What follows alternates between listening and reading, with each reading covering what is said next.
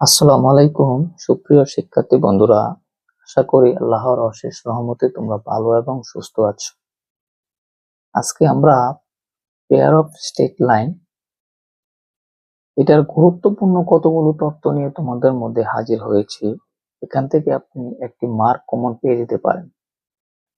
এখানে যদিও আমরা একটি এমসিকিউ আলোচনা করব, কিন্তু এখানে অনেকগুলো এমসিকিউর ওয়ে আমরা পেয়ে যাবেন।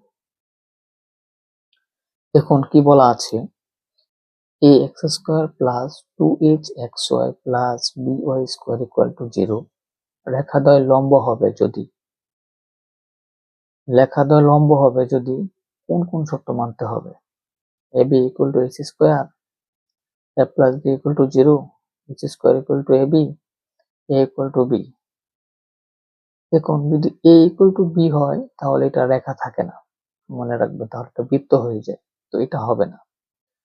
এখন দেখুন h square equal to ab যদি হয় তাহলে আমরা দেখেছিলাম যে এটা অভিন্ন রেখা হয়।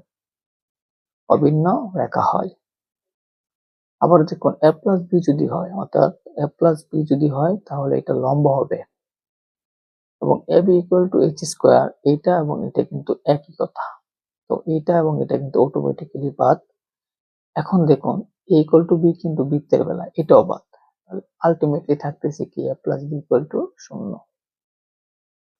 এখন দেখুন তাহলে আমরা সহজে বুঝতে পারলাম এটার উত্তর হচ্ছে খ। কিন্তু এছাড়াও কতগুলো গুরুত্বপূর্ণ তথ্য আপনাদেরকে দিচ্ছি, আপনারা এক নজরে মনে রাখতে পারেন। বাস্তব ও অভিন্ন রেখা হবে যদি h square greater than ab হয়। বাস্তব ও অভিন্ন রেখা হবে যদি h square greater than ab হয়। অভিন্ন রেখা হবে যদি h square equal to ab হয়। বাস্তব ও ভিন্ন রেখা হবে যদি h square greater than ab হয়। অভিন্ন রেখা হবে যদি h square equal to ab হয়। কাল্পনিক রেখা হবে যদি h square less than ab হয়। পরস্পর লম্ব রেখা হবে যদি a plus b equal to 0 হয়।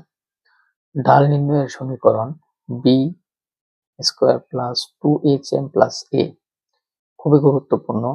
এখান থেকে এই 5টা থেকে পরীক্ষায় একটি মার্ক আপনি অবশ্যই পাবেন। তো তথ্যগুলো আশা করি আপনারা মনে রাখবেন এবং আপনারা আপনাদের টাইমলাইনে শেয়ার করে রাখবেন যেন পরবর্তীতে ভিডিওটা আপনারা দেখতে পারেন।